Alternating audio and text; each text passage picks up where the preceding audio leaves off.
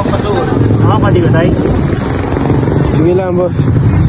Dito sa bayan ng Gubat, may isang barbecuehan na sobrang sarap ng kanilang mga sarsa. At hindi lang yan, malasa rin ang pagka-marinate ng kanilang mga karne. Mga bossing, for today's video, babatiin ko muna kayo ng isang matagumpay na araw na naman. Ibabahagi ko lang sa inyo ang mga kaganapan ko kagabi. Pumunta pala kagabi si Dave sa food house para dalhin sa akin yung hinihingi ko sa kanyang jersey. Habang nagkwekwentuhan niya kami ay nagkayayaan kami na pumunta dito sa sentro ng Gubat. Sa tapos na nga rin yung mga gawain ko kaya sabi ko tala punta tayo. Bago nga kami pumunta dito sa may barbecuehan ay dumaan muna kami sa gym. Bale tinignan kasi namin doon kung naan doon si Darwin. Nung pagkaalis nga namin sa gym ay pumunta kami dito sa sentro. Napansin nga namin na mayroon pang barbecue kaya pinuntahan namin ni Dave. Kaya nagkayayaan kami na kumain dito. Tinikman ko nga yung barbecue nila, sabi ko nako masarap to ah. Pati nga ang sauce nila ay malasa. Umorder nga kami ni Dave ng 4 na pirasong laman at 2 pirasong atay. Tinikman lang kasi namin. Hindi naman kasi kami makakain ng marami kasi nga kakakain lang ng kanin. Kaya tikim-tikim lang kami dito. Kaya sa mga gustong bumili dyan, puntahan nyo rito. Masarap talaga, promise. Dito lang yan sa may gilid ng palengke ng Gubat. Yan nga pong binibidyohan ko. Makikita nyo naman kung saang parte ito. At pagkatapos nga namin kumain ay pumunta kami sa Boulevard para bumili ng mineral water. Dito na nga kami dumaan sa may simbahan ng Gubat. Dito nga kami bumili sa may Boulevard para makapagpahangin na rin diretso. Sarap din kasi yung simoy ng hangin dito sa may Boulevard. Pagkatapos nga namin tumambay sa may Boulevard ay nagkayayaan kami na pumunta sa may Barcelona. So ayan na nga po mga bossing na andito na po kami sa may pinakamatandang tulay dito sa may Barcelona. Or ang tawag nila dito ay Vintage Bridge. Sakto nga lang pumunta kami dito, mabuti na lang kaunti lang yung tao. Yung pakay lang naman kasi ng pagpunta namin dito ay magpahangin. Siyempre kasama na rin ang pag-picture-picture at pagkuha ng mga videos. Maganda nga yung tanawin dito at may mga pailaw-ilaw pa nga sila. Kaya siguradong marirelax din ang mga isipan natin. Mabubusog din ang mata natin dito sa ganda ng kanilang mga dekorasyon. Lalo na yung mga pailaw. Kaya sa mga hindi pa nakakarating dito, puntahan nyo na.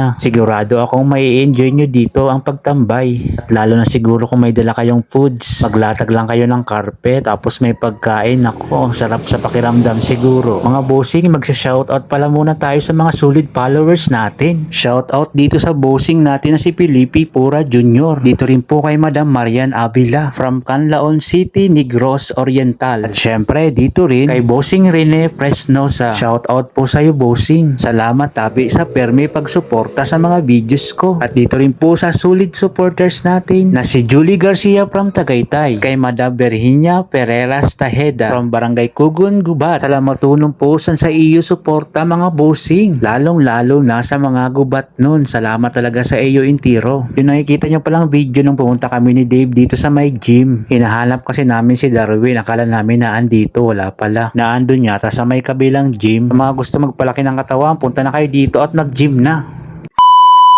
Siyempre, babahagi ko rin sa inyo ang mga kaganapan ko ngayong araw. Dahil sa may pasok ngayon, kaya busy na naman ang bossing nyo sa pagluluto. Hindi na nga ako nakapag-video kaninang umaga sa mga kaganapan ko dito. At ngayong hapon naman, eto pala ang mga kaganapan namin. Pagkagaling pala ng kapatid ko sa palengke, eto na pala yung mga pinamili niyang mga kagamitan namin para bukas. Mga kakailanganin ko nga sa pagluluto yan, mga bossing. Ang kapatid ko nga ang namimili ng mga kasangkapan namin dito sa kusina. Medyo marami-rami nga yung pinamili niya, kaya tinulungan ko na siya sa paghakot ng mga pinamili niya. Pero bago pala dumating yung kapatid ko ay nakapagsaing na ako at nakapagluto na ako ng teriyaki sauce para sa fried noodles. Pagkatapos ko palang maghakot dyan ay inasikaso ko na yung mga kakailanganin kong ingredients para sa pagluluto ko bukas. Pero inayos ko nga muna yung mga pinamili niya. Inilagay ko nga muna sa rep yung mga frozen goods. Binalatan ko lang nga rin itong hotdog para pagluto ko bukas ay naka-ready na lahat. Nito po talaga bossing yung ginagawa ko araw-araw. Kapon pala nga inihahanda ko na lahat ng mga kakailanganin ko. Pagkatapos ko nga mag-asikaso ng hotdog, dito naman ako sa manok. Bali hihiwain ko na nga ito para sa pang fried chicken. At pagkatapos ko na maghiwa nito ay imamarinate ko rin ito mga bossing. Para kapag ipinirito ko na bukas ay makapit na nga po yung lasa. Yan po mga bossing, imimekos-mekos ko na nga po yan. Hanggang dito na lang po, goodbye.